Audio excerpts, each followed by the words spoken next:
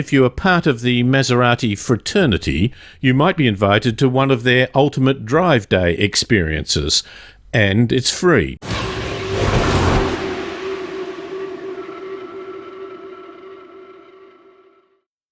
In order to road test this experience, I went to one of these events at the Sydney Motorsport Park at Eastern Creek, where we had the opportunity to have some fun and learn from expert instructors what the cars can do, and perhaps what the drivers can't. For example, power sliding on the skid pan, putting thought and science into cornering, and with their Levante SUV tackling a very rough and tricky dirt track. The second half of the day was laps around the GP circuit in 6 different Maserati models. As befits a luxury brand, the day was catered for with style. It's a wonderful experience, and it's not your everyday track day. I mean, we deck out the garages as if they were a premium Maserati lounge. We bring in premium Italian chefs to give you some of the best food that you can have in Sydney. They're on the side of a racetrack. So it's far from just getting in the car and driving. It's about meeting interesting people, socialising, good camaraderie, and of course great performance cars.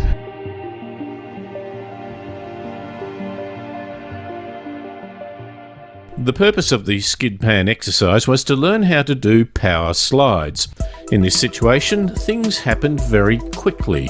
The speed at which the Gran Turismo and large quadruporte can scoot around a tight circle is astounding. Firstly, we did it with all the electronic aids, most notably stability control. The Maserati system pulled you back into line when you went too hard, in a strong but measured way. Some vehicles from other brands tug you in so aggressively that you lose perception of what is happening.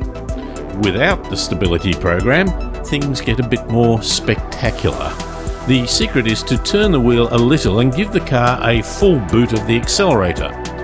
Then use the power to maintain a slide. In theory.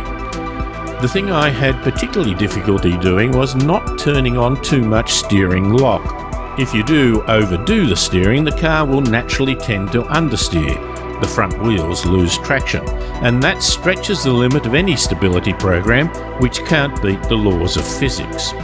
Actually, the larger quadruporte sedan was a little easier to control than the shorter wheel-based, more aggressive Gran Turismo sports car, which tended to be a bit more all or nothing. Corner number 2 at Eastern Creek is interesting and a place for some skill training in cornering technique. It keeps going and goes further than just a hairpin bend. If you try too hard, too early, you make a meal of it. Our instructors had to emphasise the value of getting your braking done early so as to keep the car stable, then stay on the outside of the corner and finally cut into the apex just when the timing is right. And that tended to be rather late in the piece. We did this many times in a Gran Turismo, a Ghibli and the Cabriolet. The off-road track lived very much up to its name. I might have expected the Levante SUV on low-profile road tyres to be defeated by conditions of very steep hills, loose surfaces and tight bends. A colleague who knows the track was surprised that they even tried to put the Levante, including the hot version, into this situation. But it handled it surprisingly well. We will do a separate video on the Levante, including its off-road performance, but enough to say that if you have never gone off the beaten track, this experience will leave you breathless. In the afternoon, there were some fast laps in 6 different Maseratis. The GP circuit has a range of interesting corners that come up one after the other very quickly. As I mentioned, if you get it right when you come out of corner 2, you then power around the sweeping right-hand bend of corner 3, up over the crest, then down the hill, braking hard into the right-hander of corner 4. If you pause for a fraction of a second to think you have done okay, you will fail to keep to the right to attack the upcoming 90-degree left-hander, corner number 5, now known as Brock Corner. If you eventually get it right, you come out of this in a power slide which feels just wonderful. The Gran Turismo, with its naturally aspirated 4.7 litre V8 with 338 kilowatts and 520 newton metres of torque, was taut, tight and terrific, with plenty of power and a very aggressive noise. It's a snip at $345,000, plus the one we had an additional $47,000 of extras. To all that you add on-road costs. The large Quattroporte GTS Grand Sport sedan with the twin-turbo V8 pushing out 390 kilowatts and a huge 710 newton metres of torque through an 8-speed automatic gearbox had incredibly good stability, and I must confess I particularly liked the sound of the vehicle. The Gran Turismo sports car was louder, and while the Quattroporte was not subtle, it suited perhaps the more grand touring approach, which spoke of a thoroughbred without being raucous. It's $366,000, and as it has a lot of features, as standard, there was only $17,000 of extras on the one we had, of course plus on-road costs. By far the best looking car on the day, to my mind, was the Cabrio. Maserati style can be divisive, and for me it has been an acquired taste, but the Cabrio, particularly from the side, just looked low and sleek and fit for purpose, which includes looking good.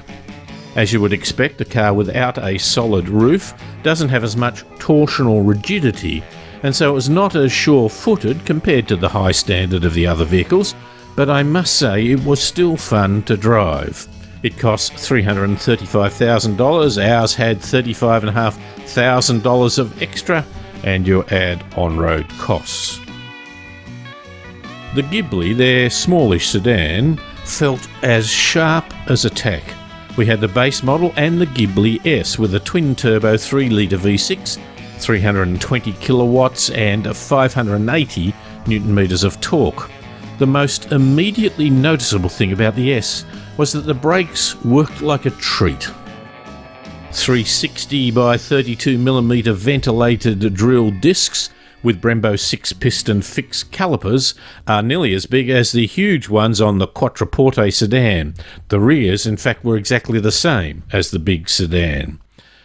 Being lighter, it was more nimble and fit for purpose on the track. The Levante SUV is the bargain of the fleet. Oh, I hope Maserati will pardon that use of the word bargain. They start at $125,000, but for the circuit we had the Levante Grand Sport starting at $160,000, on top of which was $9,000 of extras.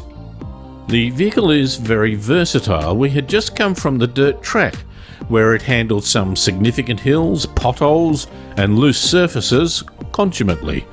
Then, after a quick wash, it was powering around the race circuit. Its weight and height meant that it moved a bit more on the track, but gee, it was still a lot of fun to drive.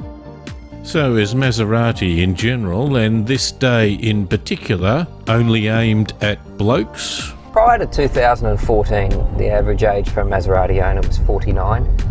He was male and he owned his own business. Today, we have a far more broad church. Our average age group now is, or average age demographic is 35 to 45.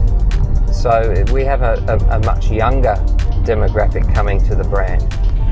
We also have a far higher female skew, so that we have, Grand Cabrio, for example, has 35% female ownership, which is terrific. It's good to get a broader church, and certainly for us, it's great to expand the market. Are there a couple of blokes that might come out here and feel that perhaps their bravado didn't have as much skill to it as they might have thought? There's always that. The one good thing about that, though, is the electronics of the car work very well to keep everyone safe.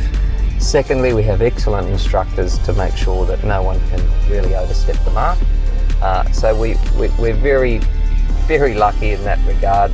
We've had, in my 8 years or 9 years of tenure, no incident on a racetrack yet. And I believe the women listen well. Oh, they do. That's why they make great students. We've had more than one occasion where the husband and wife arrive, the husband knows everything, the wife is not so, is a little, she's not quite ready or not quite as enthusiastic. By the end of the day, clearly, through listening, her skill set is far better than his. So how do you get the brownie points to get an invite? Well, you buy a car or cars and upgrade regularly, participate in other events, be personable, and buy some of the extra goodies. By the way, the Gran Turismo has special pearlescent paint, Rosso Italiano. Rosso means red, and I believe is a nickname for someone with red hair, which I had till the children came along. The special paint is an option costing an additional $24,783. I think that would move you up the list for an invitation.